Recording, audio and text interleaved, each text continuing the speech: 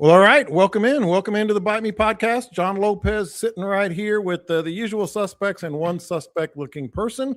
The usual suspects being Captain D. Boy, I just realized what I said there. They must think we have like a mass murderer joining us because y'all are all suspect otherwise. But that's Captain Dean Thomas. That is Captain Caleb McCumber.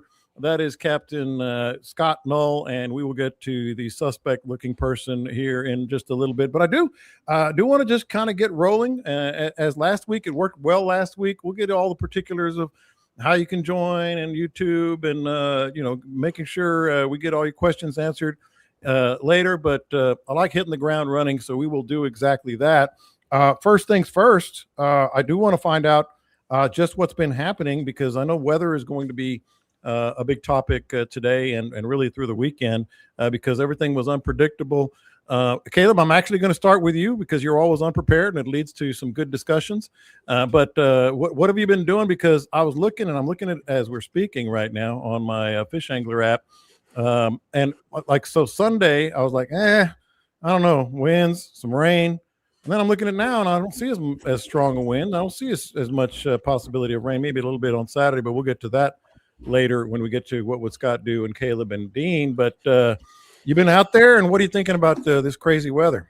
Yeah, last I saw, it looks like Sunday is the bad day, which it always is because my mother invites no less than 400 people to her house for Easter, and every Easter Sunday has been cold and windy since then.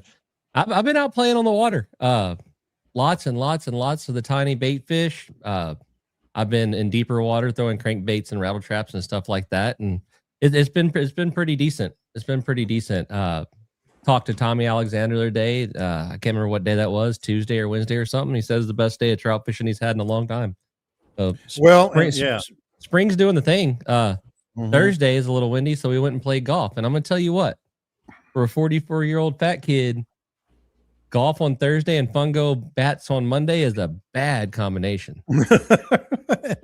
and Scott, I learned something about Scott today because I knew he was a really good golfer in high school, but you reminded me. So apparently he's a better golfer, or was a better golfer. We don't know about now than I even gave him credit for.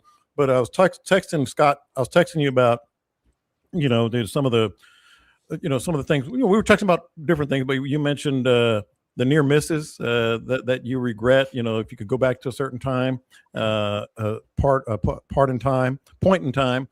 And you said, yeah, man, high school, I shot a 70 and, was talking to UH about maybe joining their golf team, etc. Went to a skate park, yada, yada, yada, broke my body. And I was like, oh, wow, what a shame. And then I realized later, skate park, Captain Scott Null spent time as a skateboarder. Is this we have to dig? Did y'all know that he was a skate freak? It all makes sense. I didn't know it, but it's all coming together. Dean, of all the things you could have imagined, late Scott 70s, early 80s, everybody had a skateboard back then, man. Not Scott. Say it ain't so. Not Scott. He's a skate. He was a little hippie. He was the damn little one of them little Coke cups, the little wax ones. Yeah, little small deals that you got at places like skate parks. Mm-hmm. That's what took me out. That's what ruined my golf career. Was it your elbow? Wrist. Yeah. One of those was squished down the bottom of a bowl, and I went down the bottom of the bowl. I hit that wax, and I spun out, and that's his golf career. 6 places. I shot a 70 that morning. Oh, broke my wrist in 6 places that afternoon. The skateboard stuff's whatever. Nobody really cares. What I want to know is what color was your spandex pants? Hey man, back in the 70s, I was about 12 years old. I built a half pipe in my driveway. Yep. I used to do the ramps, but with a bicycle. We built a full-blown half pipe right there in the driveway. Gouged everything. So Scott, you broke your wrist then. And on the little wacky board, you shattered that thing also. Same wrist? Yeah. No, different. It's the other side. Oh, great. So now your golf game's really screwed. And that wasn't my wrist. That was my arm. Arm. But all that's going to catch up with you as you're in your geriatric years. Yeah. It can tell when it's going to rain. Is it going to rain this weekend? How's your arm feel? Yeah, we should have talked to Scott about the weather and the crazy weather, which we will as we get into it. But I'm literally writing down for a future episode things you may not known about have known about your captains, because I know there's some things I already know about. Everybody knows about Caleb's rodeo and Dean's drag racing or racing cars. Didn't know about skateboarding, gotta admit. So I'm going to give you guys a homework assignment. Maybe we'll do that next week. Things you didn't know about. And I got a bunch of stuff because I've just been all over the place doing weird stuff my entire life. But don't want to keep our suspect guest very long.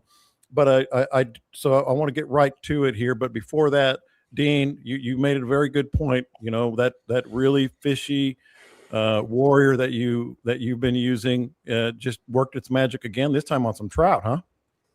Oh, trout fishing has been very, very good this week, in spite of my lack of equipment, transportation. And I'll tell you, man, look, and John has been gracious enough to let me use his boat while my new one is being born. But running around on other people's boats is just makes me nervous. I want, if I'm going to break something, I want it to be on my boat. If I'm going to do something, so it's just crazy that how cautious Are you changing your approach? I'm very cautious about pulling up on shorelines and stopping in, shallow water where usually I'm just really comfortable. But you've done it with me. You've done it. We've gone in crazy places. It's other people's property, man. It's just weird. I mean, I want my boat with my stuff and my stuff. I just don't like other people's responsibilities. So it has been weird, man. I gotta admit, But literally with me, we've gone in some very suspect places. Literally on the same boat. I mean, if I break it with you in there, I'm just gonna walk away. You ain't paying for it. Your boat, my bad. Your boat. Oh boy. Oh, okay. But before we get moving here, what are the trout doing? Where you find them? Those were some nice big trout, man. So I mean, we've talked the last, month or so about how trout and reds intermingle on the flats until it gets hot and they have to leave.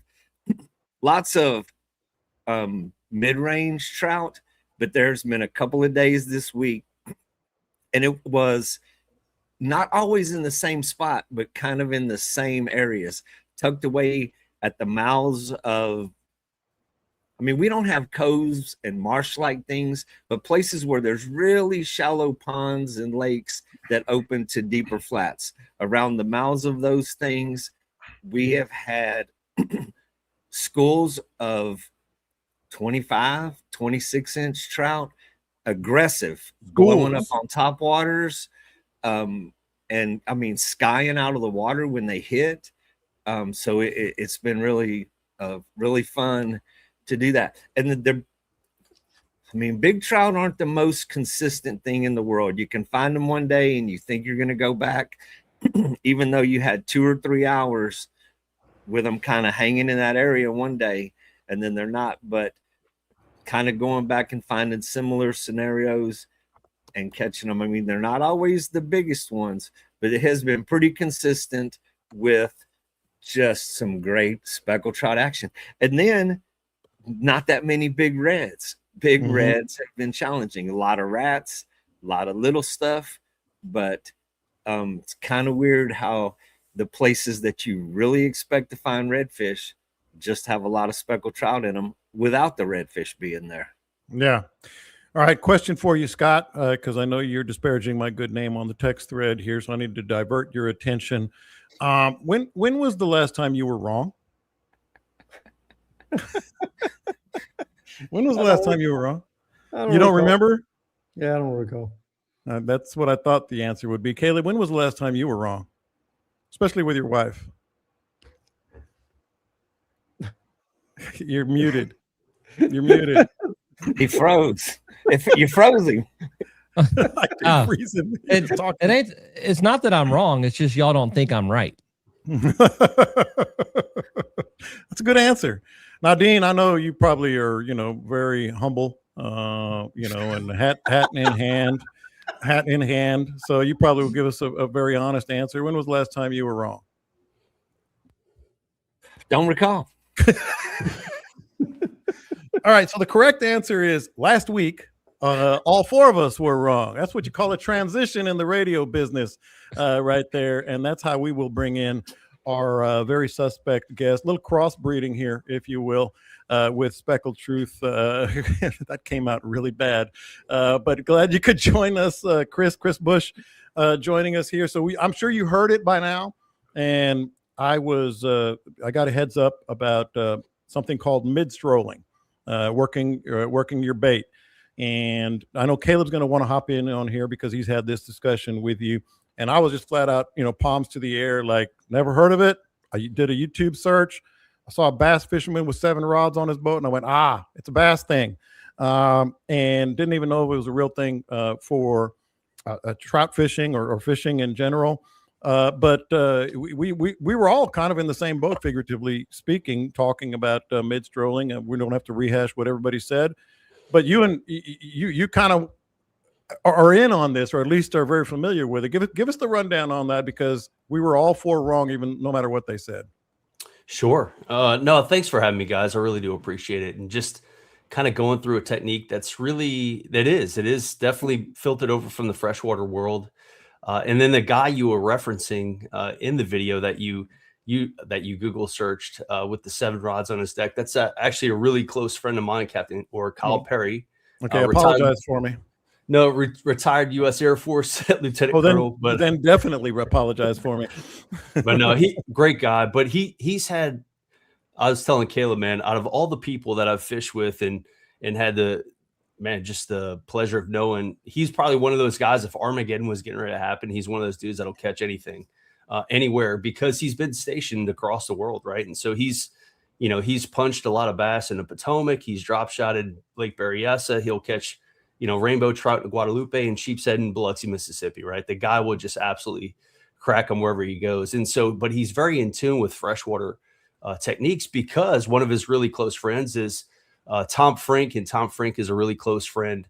And so they got to know Aaron Martins really well, the late Aaron Martins. And so very in tune with what's going on in the freshwater world. And so I say all that to say, and that's important to preface that, because his approach is about teaching people different techniques and showing how they can be kind of inclusive, right? And so how things that are happening in the freshwater world can bleed into. It's not to say you have to do it. It's just something to kind of open people's minds and get into it. So I say all that to say, midstrolling, and getting to the topic at hand, is really there's hover strolling, there's midstrolling, and bottom strolling, and it's all bred out of one particular technique, and that is called a Damiki rig. A Damiki rig is basically with forward-facing sonar. This is basically a little 5-inch hog farmer spunk shad on a sled head is what it's called.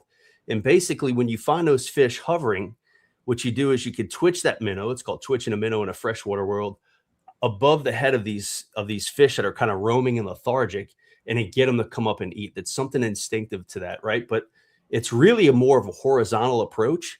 And so bred out of that was another thing. It was called midstrolling. And so midstrolling is really about throwing certain techniques or certain lures and certain jig heads.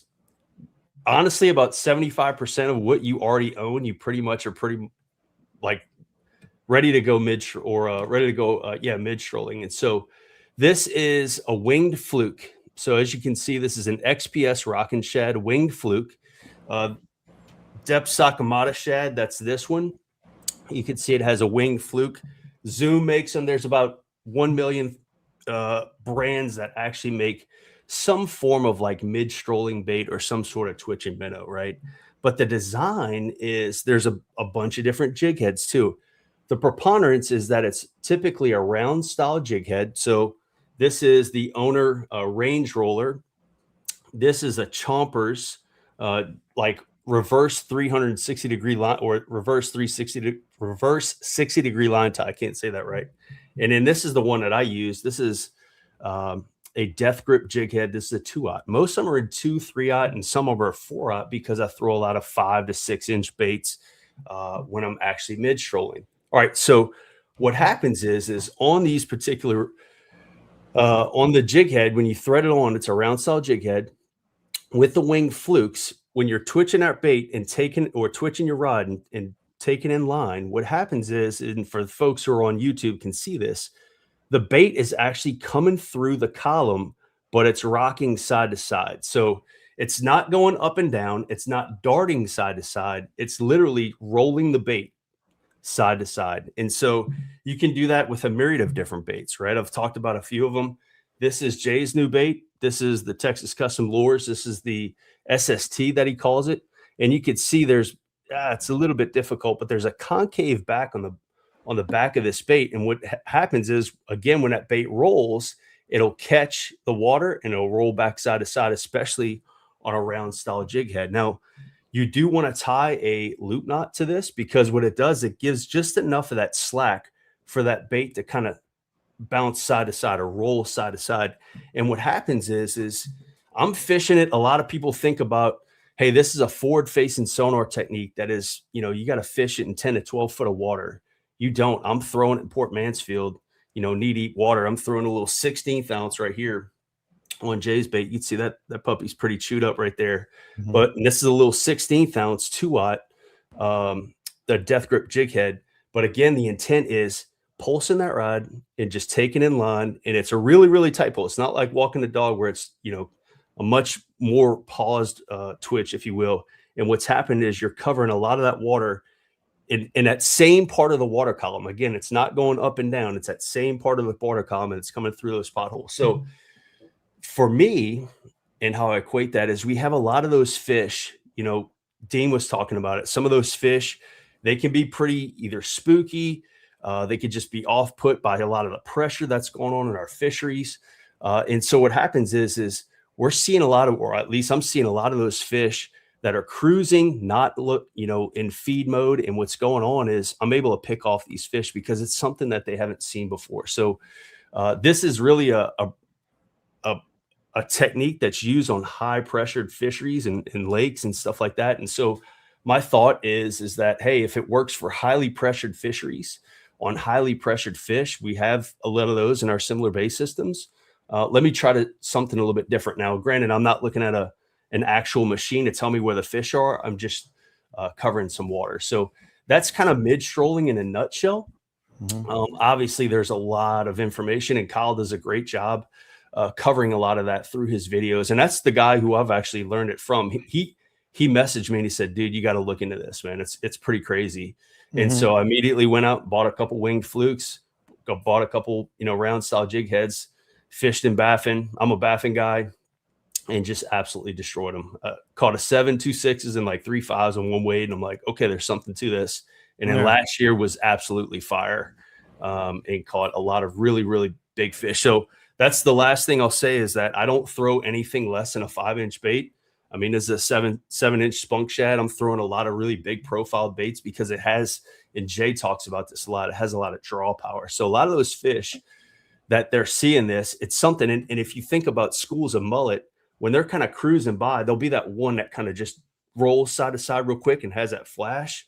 It's the same situation with this mid-trolls. It's kind of giving the side of that bait over to that fish, and it doesn't have a whole lot of time for that fish to kind of see or follow and respond, but just kind of take care of that real quick and then turn on it, because they're feeding, obviously most of the trout are feeding up in the column. So I'm open to any questions. I'm open to any critiques, but I'll say this, it does work. And it's a great compliment. I'm not saying everybody needs to go out and buy all sorts of mid-troll and stuff, but it's a great way to eliminate water, find some fish, a great compliment to like a double D or a tail. It's just another technique you could add to the quiver when you're targeting some of these bigger fish. Yeah, when we got off the show last week, I'm bowling a china cabinet. You all know that. But it wasn't long after one of our listeners messaged me and said, hey, Chris and Jay are talking about this stuff a lot. And it got my attention. And Chris and I talk pretty regularly. I've known Chris, 2010 or something, yep. Chris? It's been a while. Anyway, I was the first person to talk trash to him and moved to Texas. And we've been friends ever since. Yeah.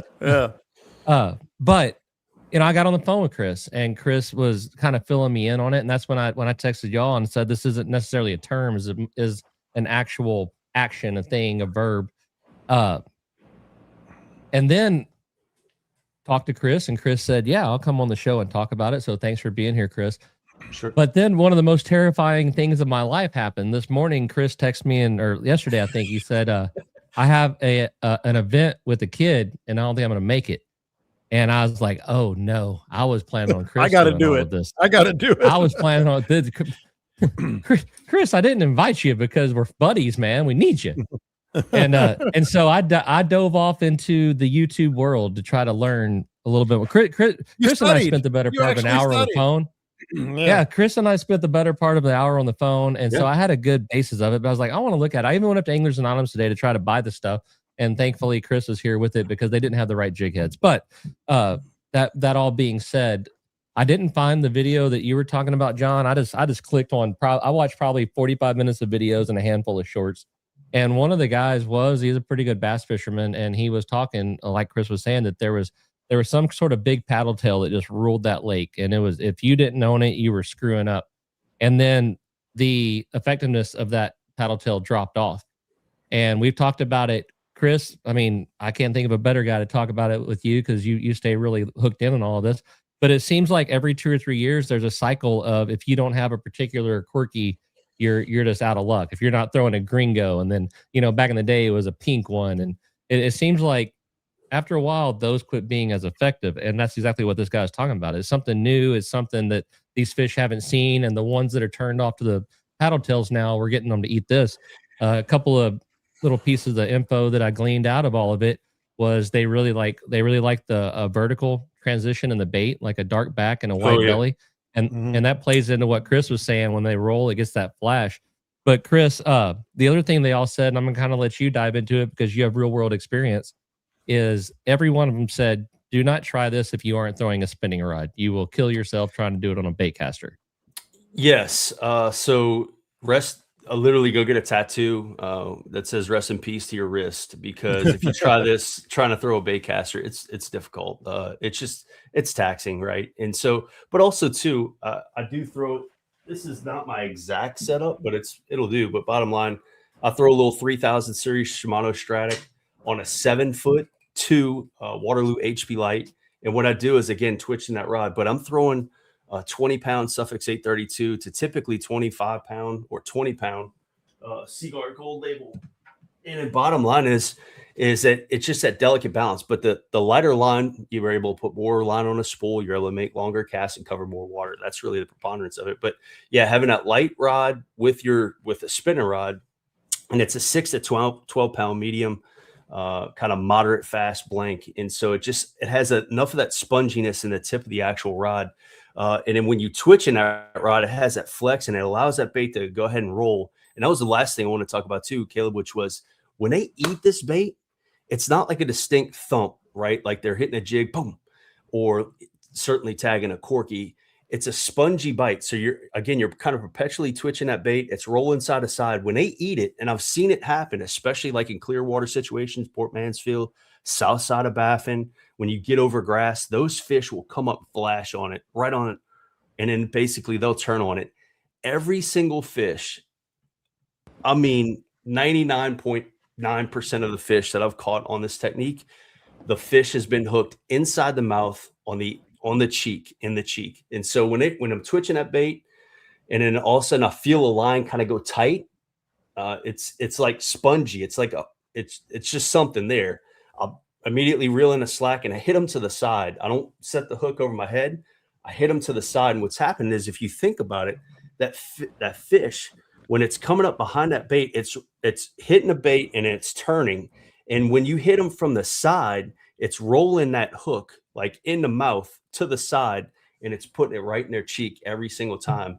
And I'll tell you that because when you hit them, almost immediately they'll come up shaking their head. And so it's a phenomenal technique. It's super fun. It's honestly a very, very easy technique to learn, especially for beginners, because literally you throw it out there and just tell them to reel in and twitch your rod. That's it. So it's nothing crazy. And then again, most everybody has a round style jig head with some form of like a straight soft plastic, right? If you have like a Zoom Fluke or a Saltwater Assassins, you can kind of get into the basics. It'll have a little bit more of a tighter roll. It won't necessarily have a lot of the heavy roll like these wing Flukes have, but it's very easy entry into, pursuing at least this technique. And as you get into it, there's certainly more ways to kind of dive in and dial in some more bigger bites, because 5 inches or bigger for me have produced way larger fish as opposed to like a little, 4.25 Rapala freeloader. I get bit on this a lot, and it's great for finding fish. But once I do, I'll take it off and basically throw on some of my bigger producers, a depth Sakamata shad or the XPS rockin' shad. They just have a lot more like bigger fish, bigger profiles, and stuff like that. So go ahead, Dean. I know you had something there.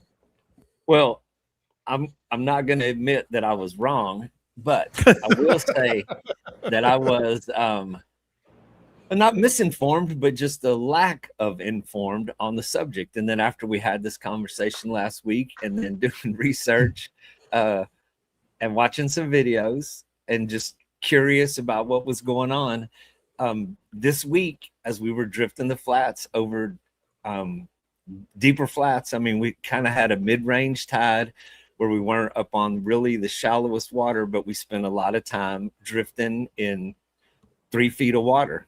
And I was actually contemplating the mid-strolling technique. I mean, but it was with what I had at hand. It was a K-wig rat tail on a 16th ounce jig, which is what I usually throw to stay above the grass anyway, something very light, but was actually employing the technique. So appreciate it, Chris. I mean, it was, there's always something that you can learn out there.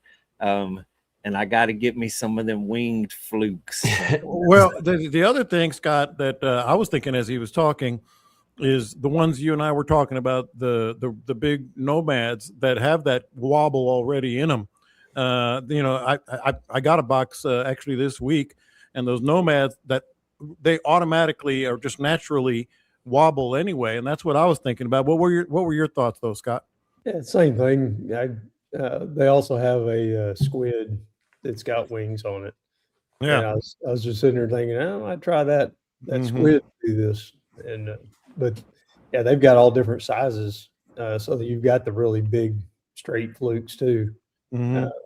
So something to give it a shot. My biggest problem is, I think most of the time my boat's rubbing bottom.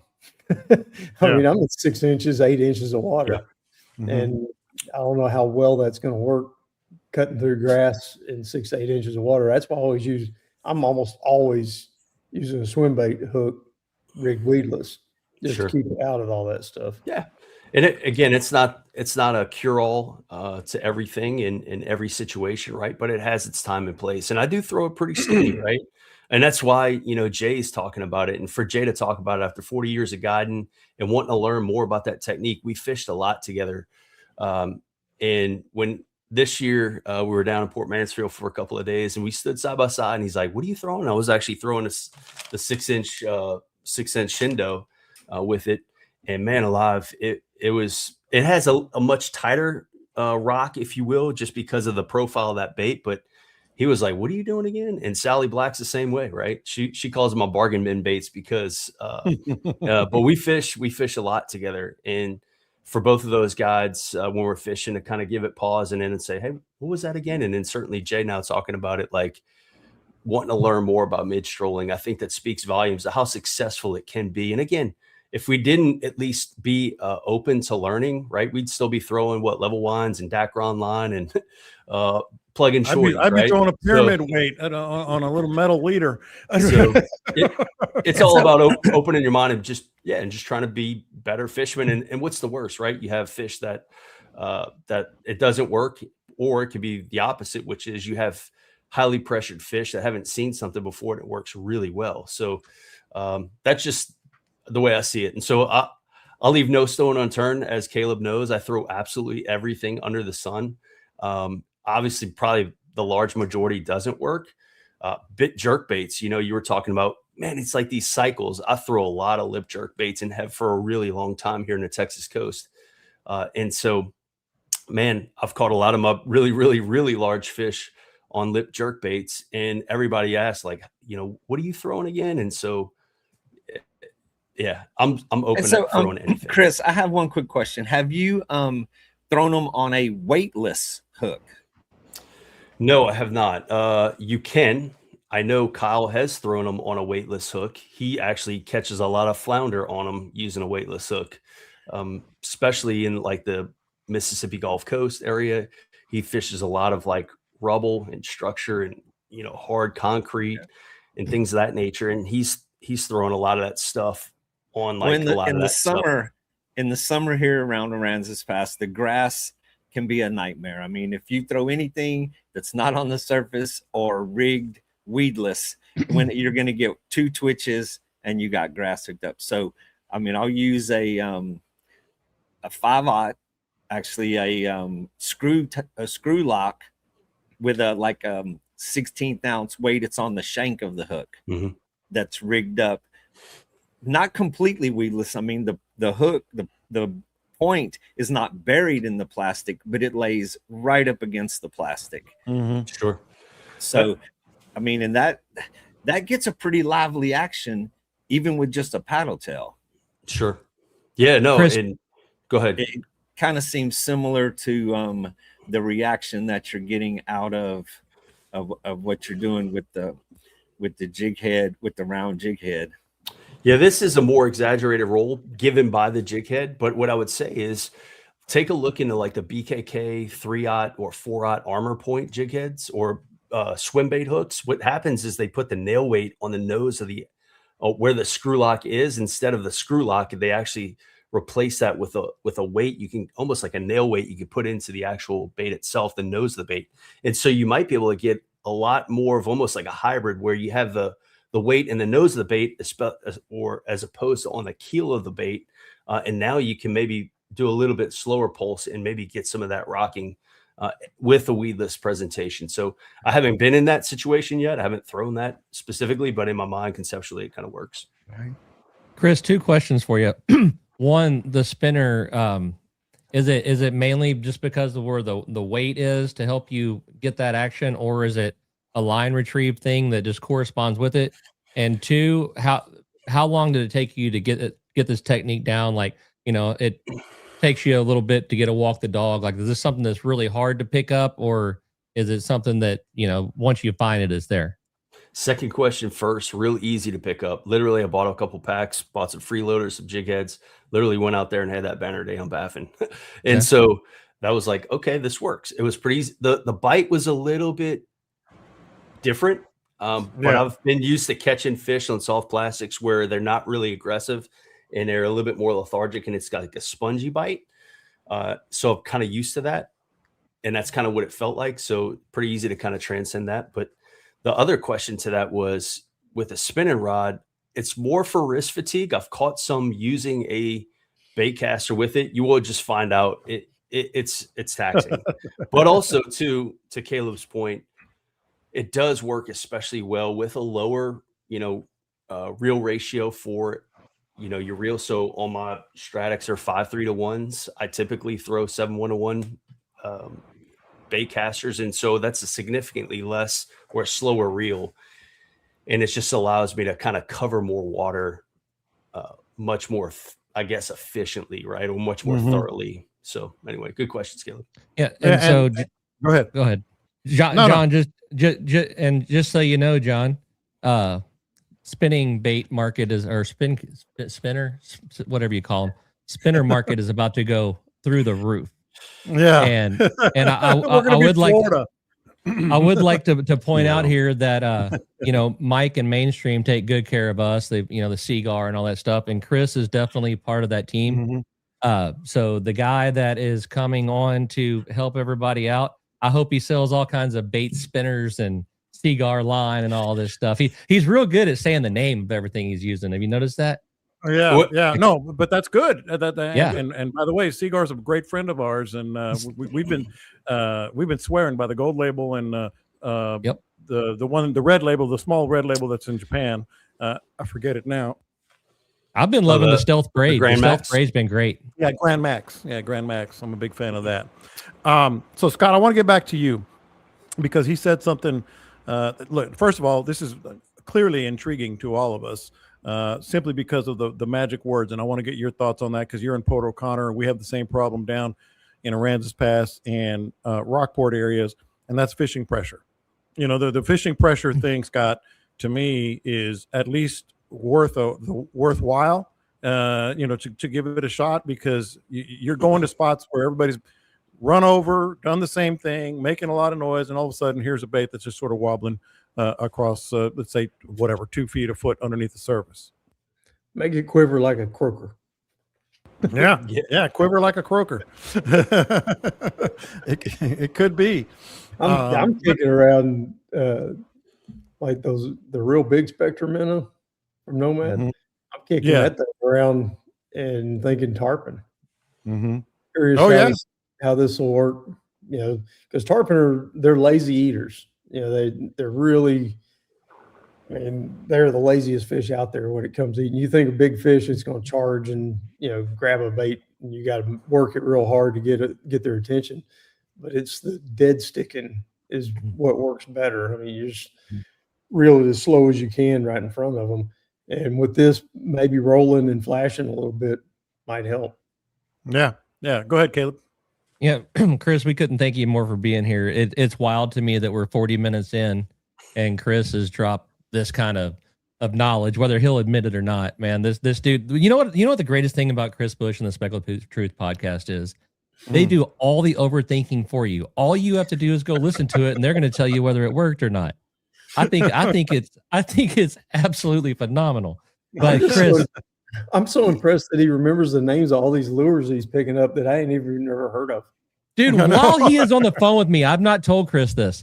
While he is on the phone with me, I am Googling like the wind trying to find these lures. I can't even spell what he's saying to me. Sakawakas or something. I am fighting for my life. And finally at the end, he's like, all right, man, good talking to you. And I'm not even going to admit it. I'm like, I'll just change some spellings and figure it out. But Chris, I want to know what this Waka Waka bait is. That's what I want to know.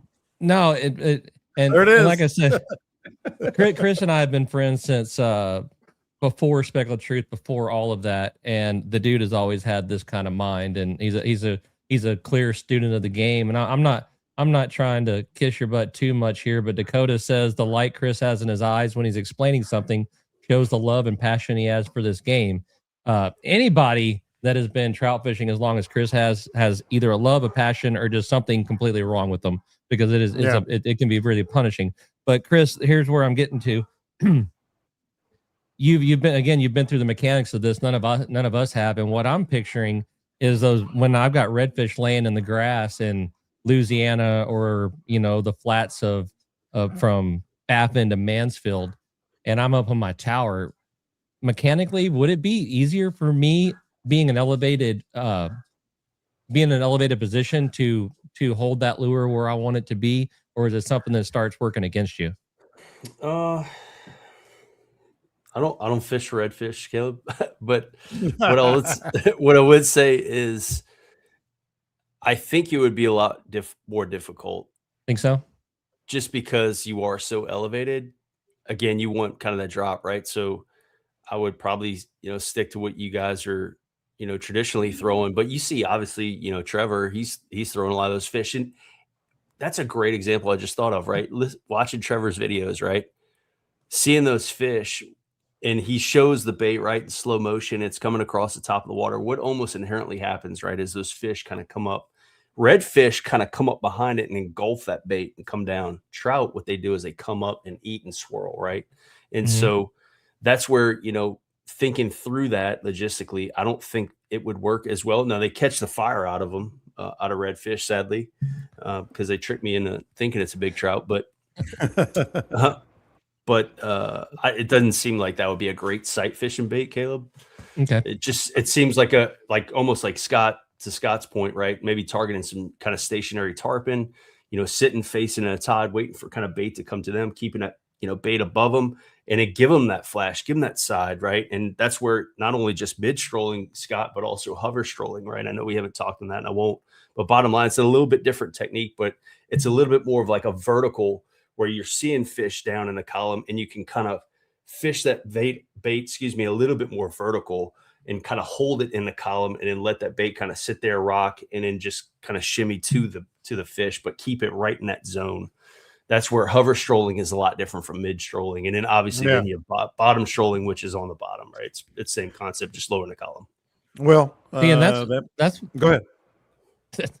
Sorry, John. We have so many boxes here. The hand signals are tough. If nothing else, you guys know how much I love a good deep dive into one topic, and that's what we're doing.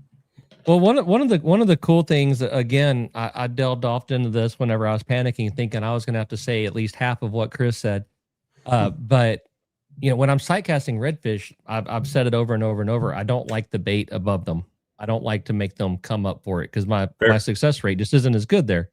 But I'm watching these guys, and the one thing we haven't really hit here is that it was hugely popular with the front-facing sonar guys, and they're looking at a wad of bass that are sitting on a hard spot on the bottom, and they'll tell you before they cast, I'm going to go throw it out here. I'm going to put it, a foot above them. I'm going to do this thing, and one of them will come up and eat it, and it's like clockwork. It's hot. And sometimes you'll see one come up and miss it, and then another one comes up and gets it. So I think it's really cool. I agree with Chris that sight casting, it may be tough just because of the lightness of the lure and all of that. But as much as I love throwing a double D, that's pretty much all I throw because I get bored with plastics. Mm-hmm. If you're going to give me a plastic I can kind of finesse and play with, I think I could get interested in them again. So I'm going to be texting Chris to send me a list of what I need. Copy. Yeah. So on that, a last thing, John, because I know you're trying to get me out here. Which is fine. Look, but you will learn. When we get one good topic that is meaty like this, I'm all in. So a double D, great search bait, a great way to target fish, especially sitting shallow, stationary in potholes. You can twitch that bait down, kind of have them float back up. I'll have a lot of fish swirl on that bait and miss that bait, and you could kind of almost feel it's like a rush of water on the back of that bait. And what happens is I'll wade fish with 2 rods. I'll pick up my mid stroll and I'll just twitch that thing, and it's like almost boom. And I mean, obviously that fish is already fired up. Once it eat a top or once it eat a double D, won't fully commit. And this is a great way to keep it in that same zone, same part of that column, and it just really kind of fire off some sort of like visceral reaction, and they just pump that thing and they eat it, and the line goes slack. You're twitching it, and all of a sudden it just goes slack, and you got to reel in before you can hit them. So it's a fun technique, man, that once you kind of get into it, it's really fun. That's all I can say, right? Yeah. I mean, we how many soft plastics have we thrown over the years? A gazillion, right? And this is just something new and fun, and man, it just gets bit. It gets bit by big trout. Chris, when's the last time I called you and said, "Hey, dude, let's me and you go wade fishing for some trout"? Never. That's right. That's exactly right. You've got me excited enough. I might almost call you and be like, you know what? Let's go wade fishing for some trout, Chris. Yeah, I'm close. I'm not committed, but I'm close. All right. Call Mike Herring and tell him we're going to do it because I gotta get market research approval from the boss. Yeah. Market research, exactly. Videos and all that stuff. All right, Chris. I'm going to get to the twinkle in the other guy's eyes here with a couple of more topics, but really appreciate you joining us. Chris Bush, Speckled Truth, man. Appreciate it. Take care. See you guys. Thanks, Chris. All right.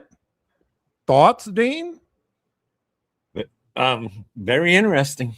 I mean, you can't ever think you've tried it all. I mean, there's always something out there. Myself, I'm probably a victim of being stuck in things that are confidence that have worked in the past, and I'm not the most open to experimenting with a lot of different things because I'm kind of just in a bind to make it happen, always it's like going for consistency.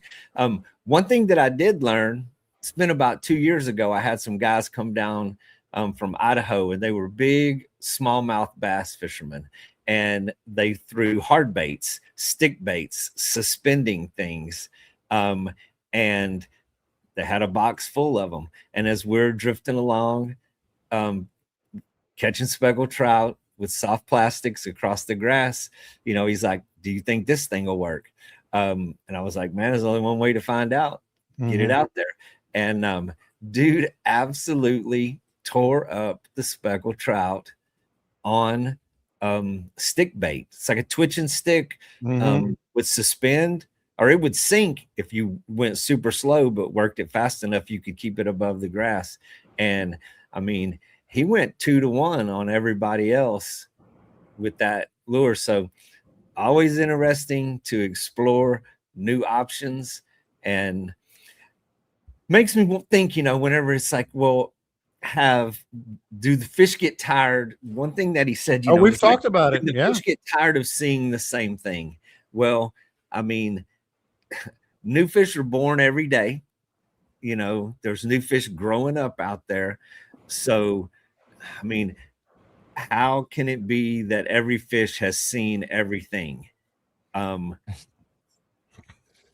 That's another good concept to contemplate. I mean, have they actually seen it? Do they remember it? Which, that also kind of comes into play. But definitely that's one that is quite interesting for sure. How can every fish see? Have you seen how many people are fishing? Yeah. Like when they're larvas, that by the time they're 2 inches long, they've seen every dang lure that Academy has. I do prescribe to the idea that certain lures get fished out, and I think not only is it's a new presentation, but it's an effective one. Well, Scott, when he was talking, about suspending it in the same water column or same depth or whatever, I was actually thinking about something that you do and I do, and that's along the jetties. Along the jetties, if there's a certain depth that you can just kind of, especially depending on which way the wind is blowing, I can see where the jetties, you kind of just keep it going all along as you're moving, going slowly down the jetties. Well, that's what I do with the Terrorize anyway. Terrorize does that same thing. It sitting in that current at the jetties, that's when it's most effective. And it almost vibrates. It rolls a little bit, but more or less vibrates. So, and you're keeping it in the whole key to it is keeping it at the same depth and just a steady retrieve. And those tarpon are lazy and they'll come up and eat it. Yeah. I got thinking about with using something different somewhere like Dean was talking about. When I went to Canada and we were fishing walleyes and pike and all that on some lake way the hell up there, and everybody kept telling me what lures I had to have. You got to have this and this and this and this. And we stopped a little tackle shop on the way there, and I spent too much money buying their lures. But I had my own box, our usual paddle tails, DOA paddle tails. And I got to bring these with me anyway. It's, security blanket. Yeah. And I got up there and we weren't catching all that many walleye. And I was over on the side and I put one of those paddle tails on that nobody else was throwing and just started hammering them, catching one after another after another. The guys were in kayaks and all the guys paddled over. What are you doing? What's different here? And they were all Canadian guys. And there's the difference, Caleb. Yeah. Handed out some paddle tails and they started catching fish.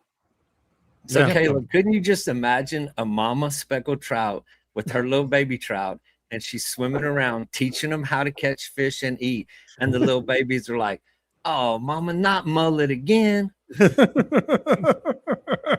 eat mullet all the time. And then they see something different and it's like, whoa, how cool. Yeah. It just makes sense. And then they all head for the drop off. Yeah, they'll head to the drop off. All right. So I want to get to this topic before we get to what would Dean, Caleb, and Scott do, because it's more timely, and a lot of times I can save some of these topics for the next week. But we need some story time here, and I have a hunch there's going to be some good stories, and that is your best UConn moment. For those who don't know, one of the greatest finishes in the history of college basketball was this past weekend when down 19 points to Duke. UConn made a little comeback, made a free throw, stole the inbounds, made another shot from damn near half court, and in a shocking upset, they're going to the Final Four instead of Duke, which was the heavy favorite. And I started thinking, actually Perry Bauman messaged me about this as well.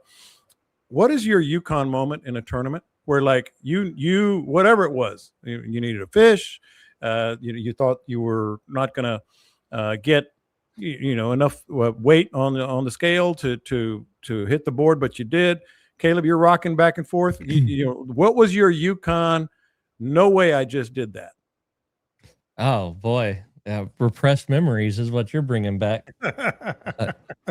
Most of the tournaments I've fished over the last several years are 2-day tournaments. I've really preferred those over 1 day. It takes a lot of the luck out of it. After day 1, Daniel and I were sitting pretty good. Day 2, we went back to what was going to be an easy win, and the tide was out about 6 inches more, and so we were dragging bottom. We fought that until about lunchtime. The fish were still there. They wouldn't eat. Probably should have known about this mid-strolling thing, but they just wouldn't eat. And so we got up and made about a 30-mile Hail Mary move. We knew there was fish in the other area. We just didn't think there was as many.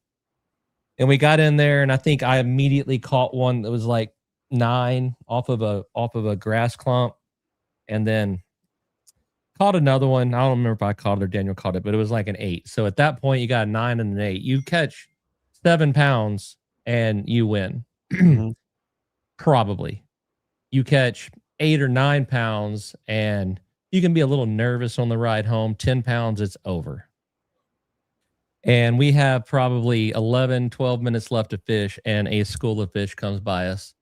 And I wasn't particularly excited about it because the reason we didn't start there on day 1 is because that school was a lot of overs. And Daniel yacked it off in the middle of him, and as soon as it hits water, thump, it's set, and the fight's on. And Daniel gets this thing in the boat. At that point, it's probably 4 minutes left to fish before we have to make maybe a 70-mile ride back. So this fish is either wins it or loses it. We get it in the boat, and it's a 10-pounder with a busted tail. Oh, so it's wow. like a 27 and a quarter-inch 10-pounder. It was probably the only one in that school that would have measured, and we ended up going on and that's UConn. That's UConn. 100%. I conned somebody. Yeah, you conned somebody. Dean, you and Scott have been in tournaments. What's your story? Then we'll get to Dean's. Hail Mary. Never really had a Hail Mary. I mean, I was thinking about that the other day. I mean, nothing nearly as dramatic as Caleb's story, man. I know. That's as good as it gets. How to top that one. The ones that get me on a daily basis is whenever you've been out there fishing all day, working real hard. It might not have had that one killer fish in the boat of the day, had some good entertainment value, but everybody wants that big fish. And you cut to the point, you kind of suggesting it's time to wrap it up, a few more casts. And then as soon as you say those words, boom, there it is, the fish of the day. And I mean, it saying that we're about to wrap it up, it happens more often than you think, that right in the last few casts of the day.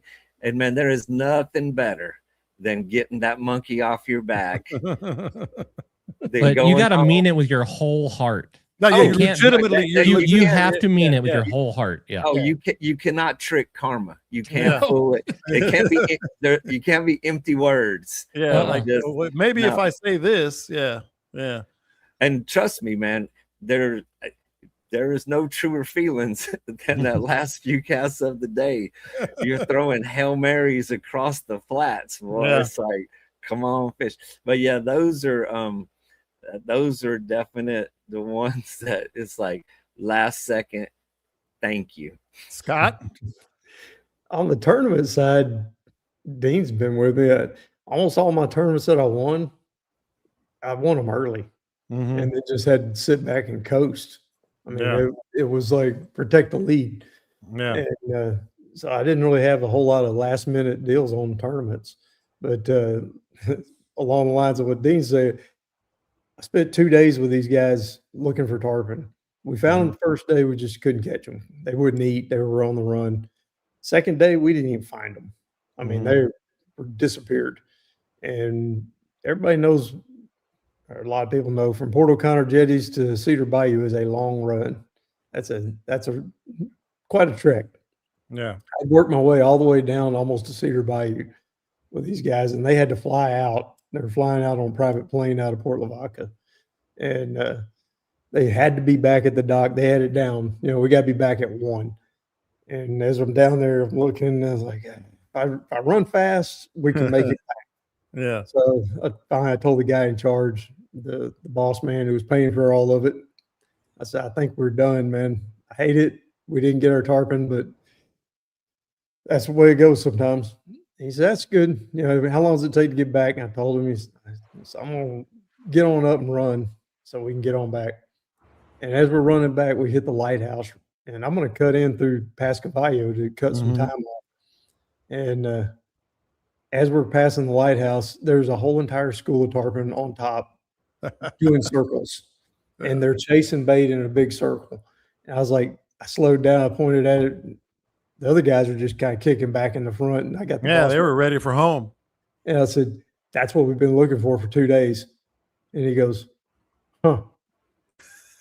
I said, what do you want to do? I said, we got like 30 minutes and that's it. And we're about 20 minutes out from the dock. He says, I'm paying that pilot. He can sit on the tarmac. He said it more colorfully than that. And I said, all right, cool. He says, pull up there. Let's see what happens. I shut the boat down, got on the trolling motor, eased up, put 2 of his guys up front, 2 casts, 2 fish in the air immediately as soon as my gosh. Oh, I love this. We managed to land. We landed one. The other one broke off. But I'm talking last second. There were no more casts. That was the 2 last casts of the day. And we landed that fish. Everybody on the boat got to fight it. It was a big tarpon. So they traded off and then got it revived. And I hooked them back to the dock. And it was 105 when we hit the dock. I've almost gotten in the mode of when I'm fishing the surf, I don't even leave the dock until like 9:30 because I can't tell you how many times I've went out, looked out in front of the pass, nothing going on, took off, put 80, 90 miles down, came back sometime between 11 and 2, and in front of the pass is just loaded with fish. Yeah. So I've gotten to the point now where I have. Hey, and then on the tournament thing, to make it even wilder, that is the only tournament that I have ever documented the whole thing, pre-fishing all the way to the end. And that whole story is on my YouTube. There you go. Like, Captain Caleb it's TV. Verifiable. Yeah. Captain Caleb TV. Yeah. And it's like super clickbaity. It's the stupid YouTube. Like, did we win a pro tournament or something? I don't know. I just try to get people to click on it.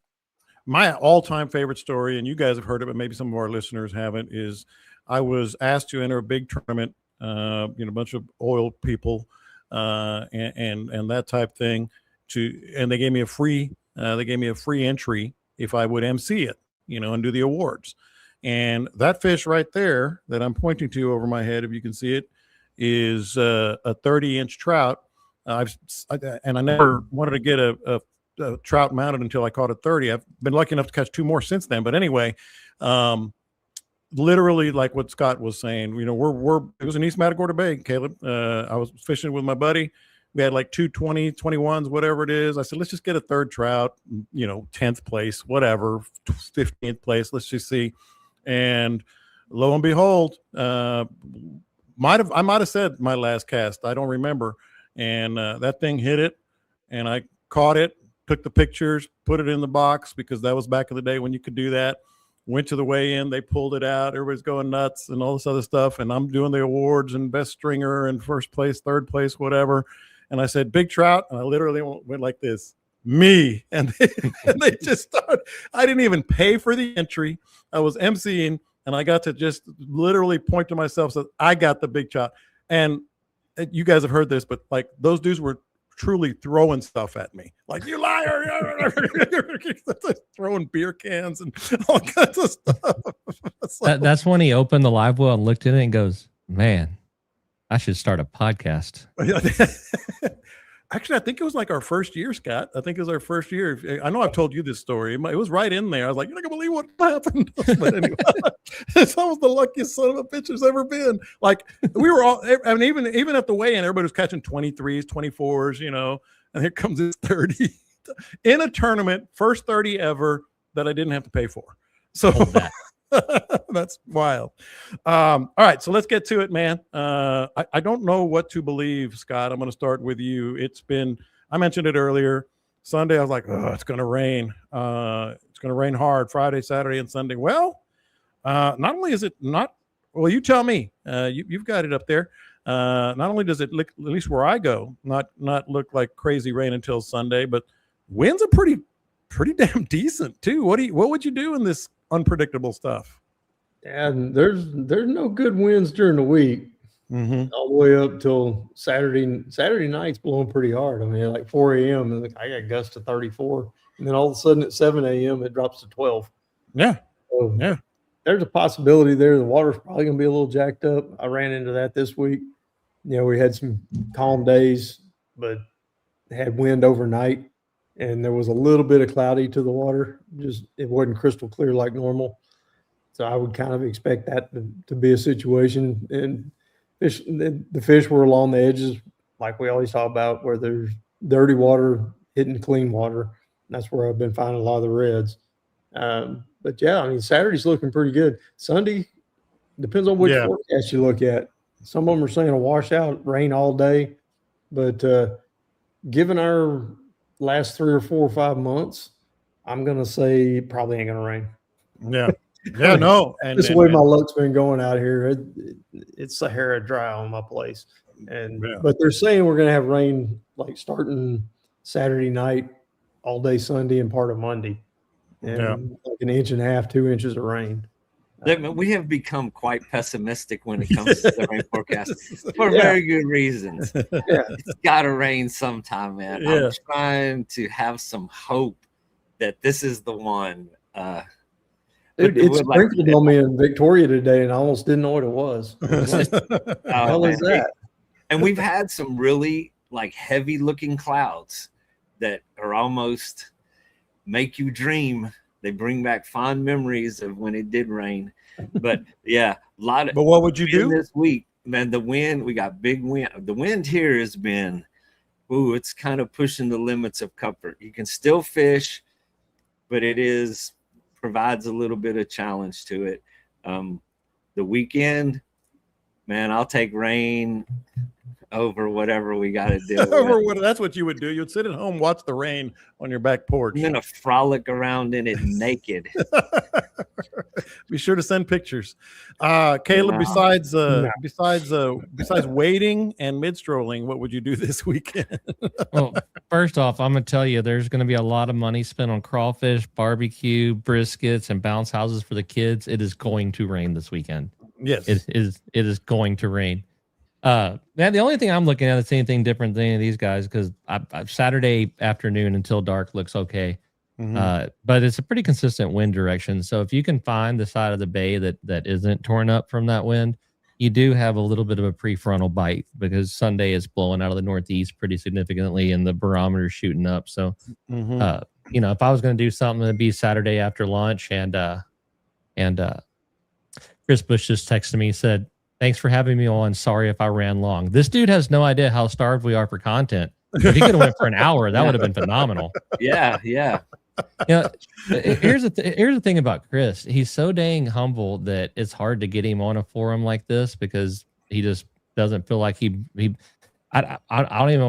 can't even make sense of what it is. But man, that guy, I love talking to him about stuff. But anyway, whatever I was talking about earlier, what Scott and Dean said, great. I'm pretty sure it's going to rain, and you do have a little bit of a barometer jump coming Saturday evening. So maybe Saturday afternoon is what I was thinking. Saturday afternoon. What else you have too? The spring tides are here. Yes. I drove into Port Lavaca this morning. It was flooded up in the grass. I just looked at it just now. It's the high today was 1.5 above zero. We ain't seen that. Well, hadn't seen that since fall. Well, that's what you call a tease for our the next time we get together. Oh, look at it! Yeah, it's so pretty. It's so pretty. Oh. And somebody said we need to pull the plugs on the windmills so it can rain. Dean, see, that's a listener. Exactly. That's a listener right there. No, turn them things off this weekend. All right, boys. Really appreciate it. Thanks to Chris Bush again for hopping on. One thing we don't have to worry about here is being too humble. As Caleb was saying, for like Chris is, but really fun show as always. Love doing this with you guys. We always have some great topics, and certainly appreciate him joining us as well. So you guys have a great week. Have a great weekend. Have a great Easter. We'll talk to you next time. I'd say that one of the things that makes us the best is how humble we are, really.